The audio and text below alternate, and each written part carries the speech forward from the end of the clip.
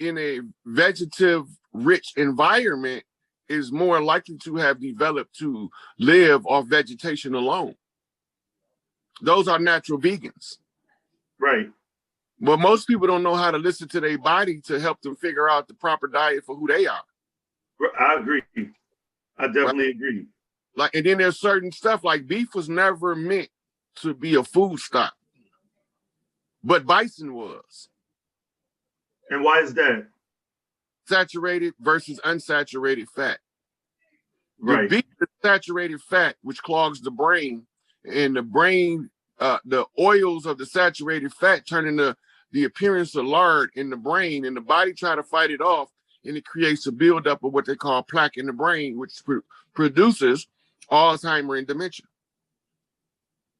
It's funny you should say that, because I had about a good 45, maybe an hour long conversation with Brother Love today. This is going back to the language.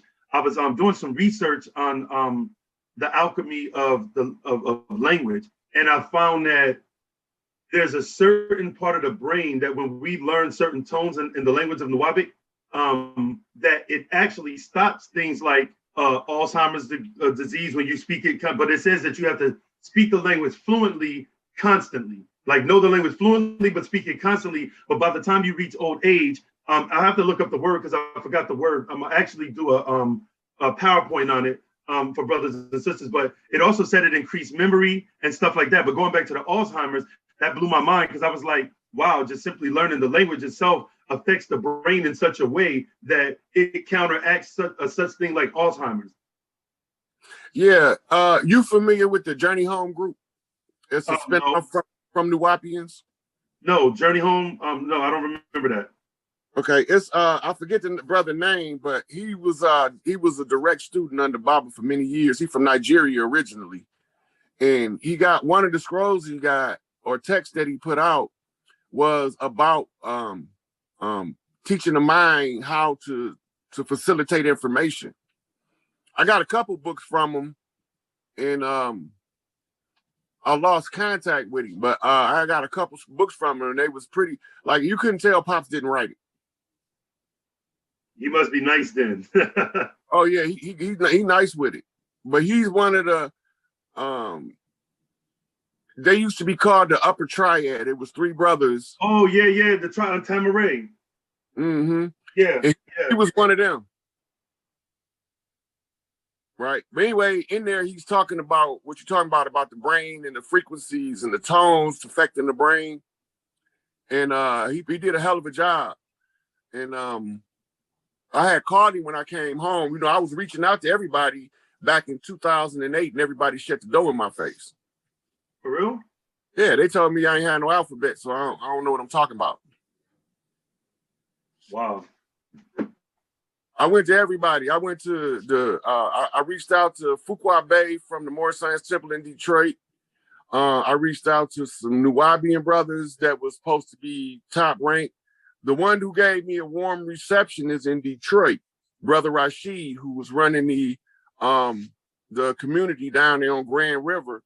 When I first got locked up, I used to talk to him on the phone. I finally got a chance to meet him, and me and him had a couple nice conversations, and he gave me some stuff I had to have, and the items are in some of the old videos I did. Right. But he was the one who, from the Nuwabian perspective, was like, let's see what you got. And I had reached out to the nation, and I couldn't get no headway. Did nobody want to let me speak to none of the ministers? They was acting like they was like some high-ranked motherfucking government official.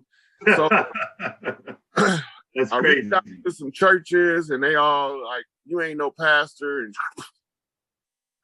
so I had got to the place where I was like, fuck all you niggas. You know, I went on about my business and lived my life. It was a brother when I was leaving, a Melanic brother. He said, don't try to do nothing when you get out here for these niggas. They aren't grateful. He said, go out there and live your life. That's the best thing you can do for the ones you leave in here. Because I was going through an internal conflict looking at all these soldiers in penitentiary. And so he was the one who told me, he said, just live your life, man. All you can do is live your life. He said they don't respect knowledge. They don't respect nobody coming up with the community. Until they ready for that, just live your life. So when I was working at GM, sister out of Detroit, she kept saying, you need to go do something to help your brothers. You know a whole lot of shit. I was like, fuck them niggas. They don't want me. They don't want nothing to do with me. They said I ain't smart enough and I don't know enough. What made me finally come back to try to aid and assist again is I came home from work and my parents, who was Christians, was watching Farrakhan. Farrakhan was in the middle of a lecture on Khalid Muhammad. And he was trying to tell the people, you think I don't need a brilliant mind like a Khalid Muhammad? He said, but it's rules. You can't come in here and tell me how to do my job. He said, yeah, I need some help. So I wrote him a letter. Oh, shit. And when I wrote him the letter, a whole chain of events unfolded on that letter, back to back. Boom, boom, boom, boom. And before I know it, I'm on social media doing this because this is how they wanted me to do it. Use social media to reach the grassroots. We good at the top. The leadership united. We just need the people to know that the leadership, all of the chiefs across the land, it's over 500 different clans represented in Raven Rock right now. Yeah. And when the final exposure comes, we gonna see how we gonna restructure. Now remember, that's just for us over here in what we call the continental United States and Canada. Right. Right. Now, most people don't know that Canada and the United States has the same QSIP number in the international exchange, meaning that it was always recognized as one land. The settlers was never supposed to cross the Appalachian Mountains. Right. Right. But yeah. And that was on the heels of the Louisiana Purchase, where the French got their ass handed to them in Haiti. So let me ask you this. All right, so you saying that the top is good. So I see you out here doing your thing. I pretty much do my thing with like the language because that's just always been me. That's always been me. Like since I was young, I've always just took an interest in basically, pretty much conveying the information on the language. At what point do you think we'll all be able to have it together, or what point do you think that we should reach first before we can even look forward to actually saying, hey, we got it together, and the top and the bottom halves unite and meet and move forward? So everybody watching DC right now, right? Majority of people watching DC, we're trying to shift their focus to Colorado. Why is that? That's where the message is gonna come from, the leadership. The Crystal City is gonna land on Emerald Lake in Colorado. That's where it's parking at to set up shop. All right. The Crystal City was a what you call a jumper craft from Earth to Nibiru to deliver the gold. And the last time they was delivering gold, that's when Enki declared war on Earth against Enki. Enlil declared war on Earth against Enki. And when he did that, he caught Anu on a stateside visit. That was his only visit to the Earth where he walked around on the Earth. A lot of people be like, why don't you talk more about Anu? Because Anu is not the problem. Anu not the problem. Nowhere he go. He out of all of the so-called gods, he the most loved, most respected, and he a badass. That's right. Right. So we don't have to worry about what Anu doing. Anu doing Anu shit. He's running the Galactic Council as the king of the gods. So what we need to be worried about is what the fuck Enlil doing. So that's what I'm doing, telling y'all what Enlil doing. Because he's the one who got us in this divide and conquer scenario that's keeping us fighting each other. And he's the one that sows the seeds of dissension as a tool of conquest. See, everybody take this shit personal. It's not personal with Enlil. It's not personal with Enki. They just got different philosophies from them, got different mothers. Enki was raised to treat everybody the way you want to be treated, golden rule shit. Right. Enlil was raised as an entitled brat. Your daddy, the king of the guys, you can have whatever you want. Go get it. The other kids tell you can't play with the toys. Take that motherfucker. If they don't like it, we're going to send 10 motherfuckers to go whoop their ass. Right? This is how he was raised. He was raised to be selfish, self-centered, jealous, and egotistical. And this is why the God in the Bible is selfish, self-centered, and egotistical. Absolutely correct. Because he's Yahweh. Right? Right. Zeus. So this is why the earth is, in all of the cities, is squared off now. If you go and research Atlantis, you realize all of our city was concentric circles. And the soldiers was at the furthest reach. But now they got us in squared off cities, straight lines, hard left and hard right turns. So my question is this: okay, how do we relate to the concept of military as far as ourselves? Because I noticed that a lot of times, and I'm not saying I'm for or against, I just want to hear your perspective on it. Like, we are some of the only people that really don't feel that we need military forces to guard ourselves as we actually try to propel ourselves forward, to be able to, get ourselves in a position to whereas our self-determination and, freedom of expression of our culture is solidified. But everywhere around the world, all of these people have military forces. How do you feel about that? Like, well, it go back to Shaka Zulu, right? Remember, Shaka was telling them that the people that was coming don't fight war the way we do. And they used to do what we call mock warfare. Mock warfare was just dragon dancing, right? It was telepathic control of the general of his troops to keep them in line in order to not let the other person seize the prize of the victory. These motherfuckers came down here and was like, fuck that shit, kill them niggas. Let them come back and fight again in their next life, and that's going to keep giving us a perpetual advantage every time we kill them. Right.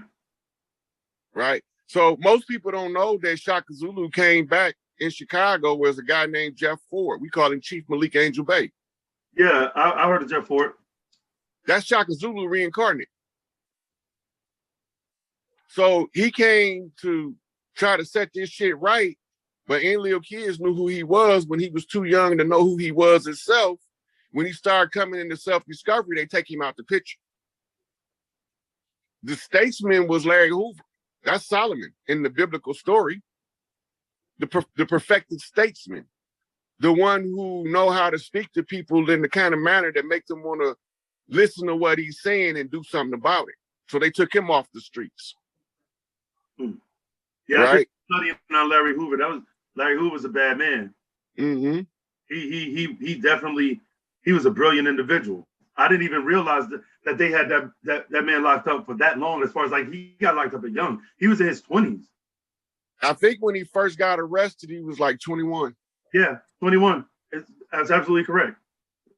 And from there, they don't want him on the street. They knew who he was from his birth date, and they do is they use your birth date to see who you are. They already know the day you're gonna be born and where you're gonna be born at. All they gotta do is cross-reference where they find you at with where you was born at, and then they'll use that to calculate the stars as to who you are. So pretty much going back to Shaka Zulu pretty much taught his people how to actually fight war from a different perspective with no modern weapons. As you know, the Boers had guns, they had, spears. And I want to say that Shaka Zulu created the Asaga spearhead or whatever to have his people more proficient in warfare. And I'm asking all this is because how do we guard ourselves if we, from the people with these militaries that come against us, if we don't think in those terms, or we don't, let's just say, for example, I'm hearing that we don't really need that as a people. There are things that we can do outside of that, which I don't know how you can dodge a bullet, but maybe we can get, raise our vibration to that level. But how do we relate to that, like, and guard ourselves and protect ourselves from, military type people if we don't have a military? Look, we got a military. They just haven't been mobilized. Gotcha. Right? Look, the FOI is a military. Damn right they are. And break your ass up too. Quickly. Yeah, break your ass up. Quickly. All they got to do is go look at that nigga that shot Khalid Muhammad. He had a gun. They didn't. See how quick they disarmed that nigga. Yeah, they bad. He was broke the fuck up. He wasn't they broke his ass down literally. You absolutely correct too, bro. I was just thinking about some incidents back in the day in New York. Man, listen, yeah, they would beat your ass, bro. You think they bad? You think they out cold? What about them swords of Islam that used to be with the Ansarullah? Them niggas. Yeah, I grew up around them. I grew up with them. Like, I grew up in the Ansarullah community in Bushwick. So you know, if you came in there with some bullshit, they would have broke your ass up so quick. Man, listen, they were some bad motherfuckers to lock down a whole 10 streets almost. Hey. Yeah, they was bad. So I see what you're saying. So the awareness of the people, do you feel that, we as a whole, the various different student teachers of the master teacher that's out here doing the various different parts, do you think that the awareness is raising in the people? And if so, at what rate do you think, that's happening? I think we passed critical mass. Now it's just trigger events is what we're looking for, because the trigger event is what's going to reveal the next layer. Okay. So that's why I say, watch what happened Monday when the Queen had her funeral, and watch what happened after the Pope get done sucking the money out of the economies of the world. Those are trigger events, right? It's got to be a side effect to all of this shit. And I got the chat pulled up. Don't forget to hit that like button and subscribe to the channel. We definitely gonna have more to Brother Rod Hayes. I want to see if anybody got any questions for you, because our time is almost up here. Mm-hmm. And to show the Brother Rod Hayes some love, I dropped this Cash App inside of the chat. So anybody got any questions before the brother get ready to go? I'm just looking at the chat, but yeah, I'm thinking like, man, it's a lot, man. I honestly think that we progressed a whole lot more than we were. I'm saying as far as like the brothers from our the brothers disseminating information from our community. That's my perspective, that we've actually reached a lot of people. We reached a lot of people. Now, I'm not saying everybody's adhering to it, but I'm just saying that I think that the awareness is up. I just think that with the brothers, as my elder Brother Love, and shout out to Brother Love, I think that, getting in tune with the matriarchal society mentality, I think that that's very important right now. And, my elder and mentor, Brother Love, he keeps me on it. Like, no, brother, you need to do this. Don't do that. This is the presentation. We're not promoting this. And I think that that's a very good thing, man. That we kind of sort of get the brothers to understand that it is the new cycle, the sun cycle, the cycle of air, and that the matriarchal society is exactly where we need to be. And I wanted you to expound on that a little bit, because I've heard a lot with you and the brother Young Elder. Also, shout out to the brother Young Elder. I'm always, that's my guy. As well. Huh? That's my guy right there. I can't wait to get to see him in person. Yeah, he gave me my first live, man. Like I was listening to him. My mentor, Brother Love, pretty much got me in contact with him, as well as you. And that's who actually put me on my first live. Brother Love, the one told me that you was the one to teach the new Wabi class. As soon as he said it, I was like, well, Pop's gonna be using the shit out that brother, so he better get ready. So Empress 205 says, is December 13th the end of banknotes? Banknotes might come sooner on the heels of the papal recension of all of the wealth of the church. most people don't know that all of the money is being funneled back to the Catholic Church anyway. So when he called in all of the asset, he's cashing out.